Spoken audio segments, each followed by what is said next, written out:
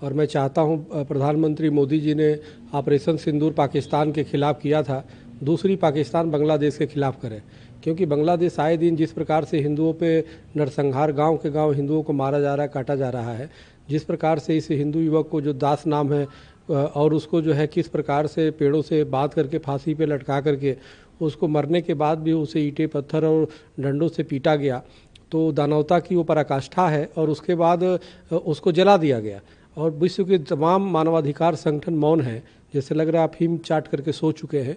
तो इसलिए मेरा मानना है कि संयुक्त राष्ट्र संघ या विश्व के देश जो है इस पर मौन होना अपने आप में बहुत ही दुर्भाग्यपूर्ण है। जितने इस्लामिक संस्थानें हैं सब मौन हैं, यह दुर्भाग्यपूर्ण है। मेरा ये मानना है कि प्रधानमंत्री मोदी जी को उस हिंदुओं की रक्षा के लिए, हिंदुओं की स्वाभिमान के लिए ऑपरेशन 2 बांग्लादेश के खिलाफ और बांग्लादेश के जो इस प्रकार के हिंसक लोग हैं, जो जिहादी मानसिकता के लोग हैं, उनके खिलाफ करना चाहिए। दूसरी बात, वहाँ की जो सरकार यूनिस सरकार है, यूनुस वही है जिनको नोबेल पुरस्कार मिला हुआ है। नोबेल अपने आप में एक प्रतिष्ठित पुरस्कार है, लेकिन तत्काल मेरा ये मानना है कि मोदी सरकार एक वो करे संयुक्त राष्ट्र संघ को और नोबेल जो कमेटी है उसको भेजे कि उसकी नोबेल पुरस्कार वापस लिया जाए, क्योंकि उसके संरक्षण में जिस प्रकार के दरिंदगी और हौसीपन हो रहा है, हमारी वहाँ हिंदू बेटी बहनों के साथ सरेआम रेप हो रहा है, वहाँ हिंदू युवकों को सरेआम मारा जा रहा है, घरों को जलाया जा रहा है और वो मूक दर्शक बन के देख रहा है एक राक्षस की तरह। तो स्वाभाविक है, सितम को देखते रहना सितम से कम नहीं होता। मेरा दावा है कि कातिल गवाहों में भी होते हैं। जो लोग इस पे मौन हैं, निश्चित रूप से इतिहास उनको काले अक्षरों में लिखेगा। उन्होंने जो बाबरी मस्जिद बंगोल में बन रही है टीएमसी एमएलए के द्वारा, हालांकि वो सस्पेंड है, उस पर उन्होंने कहा है कि सरकार का काम मंदिर मस्जिद बनाना नहीं है, कि बस वोट बैंक की राजनीति के लिए ये सब किए जा रहे हैं और सरकार इसको बढ़ावा दे रही है। कौन कहा है? मोहन भागवत जी ने कहा है।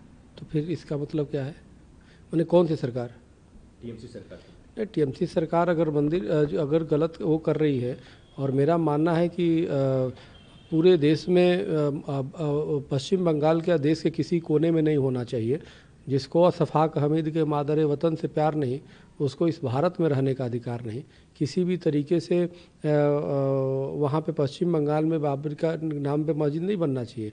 और वहाँ भी बांग्लादेश की जो हवाएं हैं, जो जिहादी हवाएं हैं, कहीं ना कहीं पश्चिम बंगाल में भी आ रही हैं। तो मेरा मानना है सरकार को वहाँ पे राष्ट्रपति शासन लागू करना चाहिए। तत्काल रूप से ममता बनर्जी की सरकार को भंग करके वहाँ पे राष्ट्रपति शासन लागू कर दे, तो जाके वहाँ पे रुकेगा कुछ।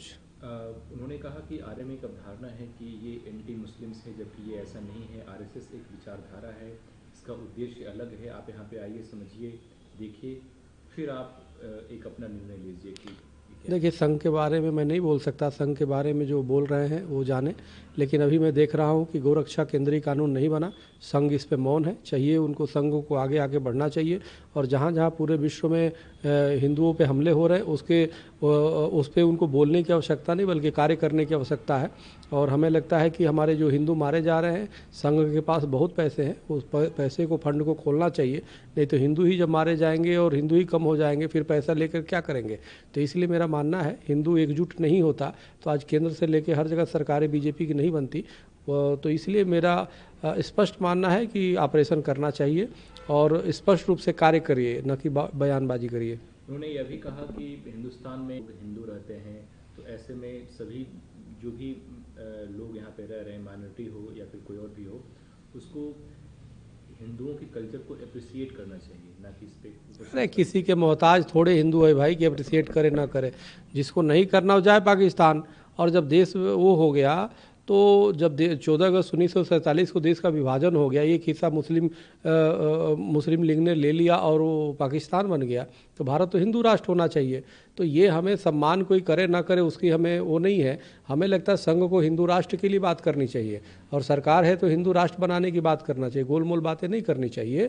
और सरकारें हैं, कल नहीं रहेंगी, उसके बाद हिंदू कभी माफ़ नहीं करेगा। आज 11-12 साल से सरकार है, गोरक्षा केंद्रीय कानून नहीं बना, बल्कि कई जगह ऐसे जहाँ बीजेपी की सरकारें हैं वहाँ पे गौ मांस भक्षण लोग कर रहे हैं। बीजेपी के कई पदाधिकारी हैं जो गौ मांस खा रहे हैं और सरेआम वो कहते हैं कि हम गौ मांस बीफ खाएंगे।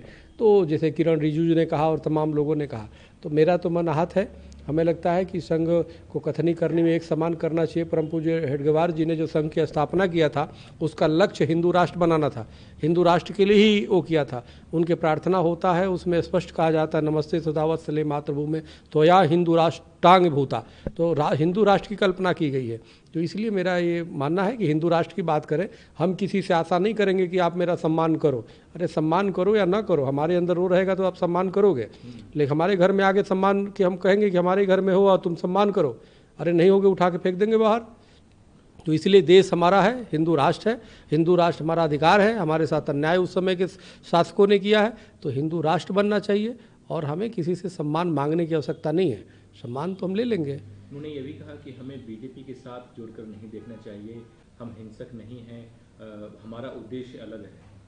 अब पता नहीं, लोग तो उसी दृष्टि में देखते हैं, और जब उनके संगठन मंत्री संघ से जाके वो बनता है और हर कार्य उनसे जुड़ा हुआ, तो ऐसे हमें लगता है स्पष्ट रहने चाहिए। अगर तुम जुड़ के बीजेपी से हो ही हो तो उसमें आपत्ति क्या है? हमें लगता है संघ को स्पष्ट होना चाहिए भाई, ये दोगली चरित्र नहीं होना चाहिए। हो तो हो, पूरी दुनिया जान रही है, अब उसमें क्यों गोलमोल करे जा रहे हो कि है भी नहीं भी हूँ? अरे क्यों नहीं हो भाई, क्यों नहीं हो? आप उसके साथ तो हो, तभी तो आपका व्यक्ति संगठन मंत्री बनता है और अनेक पदों पे जाता है। तो आप स्वयं प्रधानमंत्री जी कहते हैं हम प्रचारक थे, तो प्रचारक थे तभी तो चले गए। तो ये बातें छोड़ दीजिए, आप समाज को गुमराह ना करिए। आप है तो है, सीधी सी बात है, उसमें कौन सी बड़ी बात है। हम हिंदू महासभा के हैं तो हैं, अब इसमें क्या करेंगे? अब सोचो कि मैं हिंदू महासभा के नहीं हूँ। अरे भाई जो है आप स्पष्ट किया करिए, गुमराह ना करिए। और हो भी नहीं हो से मतलब नहीं है, काम होना चाहिए हिंदुत्व के लिए और सनातन के काम होना चाहिए। हमारे हिंदू युवकों को कितना रोजगार मिला, श्वेत पत्र जारी करने चाहिए सरकार को भी और संघ को भी कि आपके विश्वास पे लोगों ने पूर्ण बहुमत दिया है, तो इसलिए कितने हिंदुओं को रोजगार मिला। आज सबसे ज़्यादा बेरोजगार हिंदू घूम रहे हैं। आपको बताओ, जब से सरकार बीजेपी की आई है, सबसे ज़्यादा मुसलमान IAS और PCS बन रहे हैं। तो मुझे आपत्ति नहीं, मुझे ये है कि कहीं ना कहीं तुष्टीकरण हो रही है, हिंदुओं को उसका अधिकार मिलना चाहिए। यह भी कहा कि जिसके हृदय में भारत भक्ति नहीं वो असली हिंदू नहीं हो सकता। सवाल है कि राष्ट्रभक्ति तो सबके अंदर होनी ही चाहिए, ये कौन सी बड़ी बात कहा? ठीक कहा उन्होंने जो भी कहा। तो अब भारत भक्ति का मतलब क्या? भारत भक्ति का मतलब ये है कि जहाँ पे हम रह रहे हैं वहाँ के लोगों को अच्छा रोटी कपड़ा मकान मिले। हिंदुओं के घर तोड़े जा रहे हैं, और हिंदुओं को रोजगार नहीं मिल रहा है, ऊपर से घर तोड़े जा रहे हैं, ऊपर से उनको आपराधिक कृत्य में वो किए जा रहे हैं। आप देखो उत्तर प्रदेश में सबसे ज़्यादा ब्राह्मणों का इनकाउंटर हुआ है और हर जगह वो किए जा रहे हैं। पहले तो राजतंत्र में तो किसी ब्राह्मण को बड़ा से बड़ा अपराध है उसको मौत की सज़ा नहीं होती थी, यहाँ तो सरेआम इनकाउंटर कर दी जा रहे हैं। तो ये चीज़ें हैं, दुर्भाग्यपूर्ण है। स्वामी प्रसाद मौर्य यूपी उत्तर प्रदेश के ने कहा, उनके बयान पहले भी आते रहे हैं। उन्होंने मोहन भागवत के बारे में कहा कि उनके बयान जो है वो अजीबो गरीब हैं। भारत सभी धर्मों का देश है, सभी धर्मों के लोगों के बीच में भारत बसता है और सबके हृदय में भारत बसता है। ऐसे में इनका बयान जो है वो कहीं ना कहीं ये दुर्भाग्यपूर्ण है, वो ऐसे बयान दे रहे हैं। किसका बयान? मोहन भागवत के बयान के बारे में स्वामी प्रसाद मौर्य ने कहा। अब उसको वो जाने, लेकिन स्वामी प्रसाद मौर्य तो सुपथ तो से चालन हुए थे जिसमें 72 छेद है। स्वामी प्रसाद मौर्य तो खुद कन्फ्यूज आदमी है, वो कभी कुछ भी बोलते हैं, कभी कुछ बोलते हैं, कभी सनातन के खिलाफ बोलते हैं, कभी राम मंदिर के वो बोलते हैं, कभी रामचरितमानस के खिलाफ बोलते हैं। तो वो तो खुदे हमाम में नंगे हैं, तो वो क्या बोलेंगे? क्या खैर, लेकिन विषय यह है कि स्वामी प्रसाद मौर्य ने भी जितना सनातन का अपमान किया, उत्तर प्रदेश में सरकार है उसको तुरंत उठाना चाहिए था। आज तक उनके खिलाफ FIR दर्ज भी नहीं हुआ। तो आप देखो कहीं ना कहीं अंदरूनी सब मिले हुए हैं, मेरा मानना है। हाँ, वोट बैंक की राजनीति लोग कर रहे हैं। हमें मेरा अब देखो स्पष्ट मानना है, जो सनातन के खिलाफ कुछ बोलता है, सनातन किसी बाप की बपौती नहीं, किसी पार्टी का वो नहीं है। तो इसलिए कोई भी अगर सनातन के खिलाफ बोलता है उसे क्षम्य नहीं करना चाहिए, उसको सज़ा होनी चाहिए और कानून के दायरे में होना चाहिए, उसे गिरफ्तार किया जाना चाहिए और उसे कानूनी दंडे लगनी चाहिए। ये नहीं कि वो उसके साथ तुष्टीकरण की राजनीति करके उसे छोड़ दिया जाए। तो मेरा स्पष्ट मत है, यह देश को हिंदू राष्ट्र बनने चाहिए जल्द से जल्द, और संघ का भी स्थापना पूज्य हेडगेवार जी ने किया था।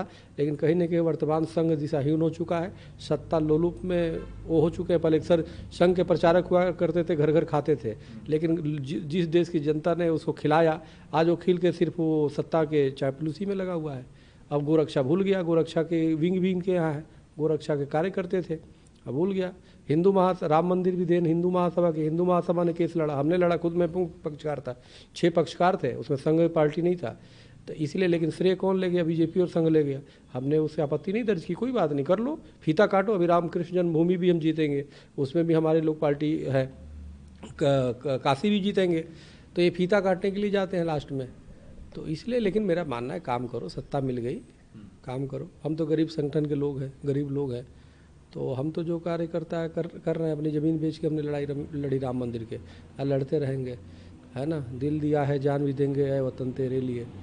तो सनातन धर्म और राष्ट्र के लिए तो हम लोग जान भी दे देंगे।